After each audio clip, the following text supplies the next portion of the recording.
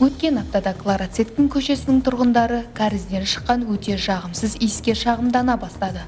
Су ресурстары маркетинг жауапкершілігі шектеулі серіктестігінің шағымдарға жауап беріп, оқиға орнына кәріз желілеріне қызмет көрсету бөлімінің мамандары мен кәсіпорын зертханасының өкілдері шықты.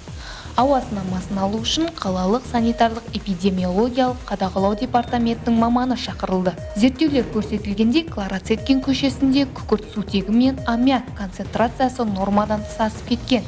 Су ресурстары маркетинг жауапкершілігі шектеулі серіктестігінің зертханалық талдау жүргізу үшін сынама алды.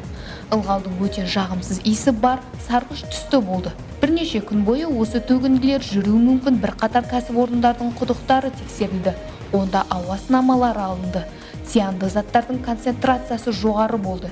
Жеке секторларда орталық коллектордың ойықтары тексерілді.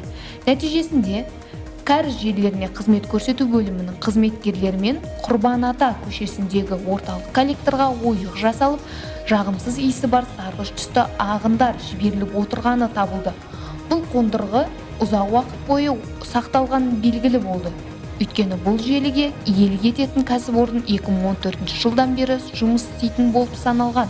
Оның қазіргі иелері зиянды заттарды кәрізге төгуді жоққа шығарды. Су ресурстары маркетинг жауапкершілігі шектеулі серіктестігіне бұл кәсіпорыннан су бұру қызметіне шартты қалпына келтіру туралы хабарлама түскен жоқ. Орталық қалалық кәріз желісіне улы ағындардың түсуіне жол бермеу үшін барлық жағдайлар анықталған ойықтарды бұғаттау туралы шешім қабылданды.